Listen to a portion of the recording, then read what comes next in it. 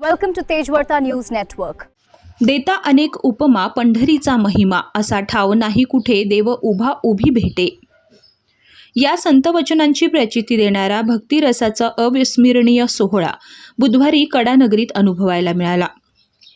संतभूमी कड्याचे ग्रामदैवत गुरुवर्य हरिभक्त परायण परमपूज्य वैकुंठवासी मदन महाराज बिहाणी यांच्या पायीदिंडी पालखीचे शेकडो वारकऱ्यांच्या उत्स्फूर्त सहभागात आणि हरिनामाच्या अखंड गजरात पंढरपूरकडे भक्तिभावानं प्रस्थान झालं।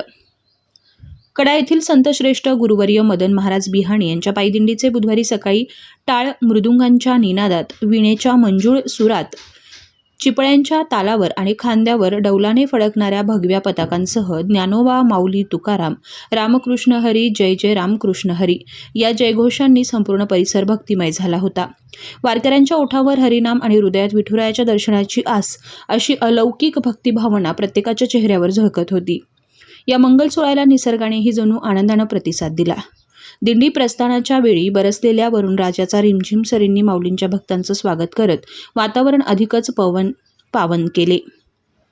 या प्रसंगी मठाधिपती हरिभक्त परायण बबन महाराज बहिरवाल म्हणाले, बा विठोबा पाऊस पडू दे, रान शिवार फुलू दे अशी आर्त प्रार्थना विठुरायांच्या चरणी अर्पण करणार असून बळीराजाच्या सुख समृद्धीसाठी संपूर्ण दिंडी प्रार्थनार्थ राहणार आहे। दिंडीच्या पालखीचं स्वागत करण्यासाठी गावातील चौकाचौकात भाविकांनी मोठी गर्दी केली होती। फटाक्यांच्या आतिषबाजीत आणि विठ्ठल विठ्ठल या अखंड जयघोषात सुहासिनींनी पंचारती ओवाळून पालखीचं स्वागत केलं।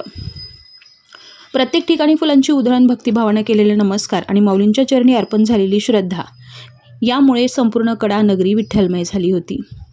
मठाधिपती हरिभक्त परायण बबन महाराज बहिरवाल यांच्या मार्गदर्शनाखाली निघालेल्या या पायीदिंडी सोहळ्यात राजकीय, सामाजिक, धार्मिक आणि विविध क्षेत्रातील मान्यवरांसह शेकडो वारकरी मोठ्या श्रद्धेनं सहभागी झाले।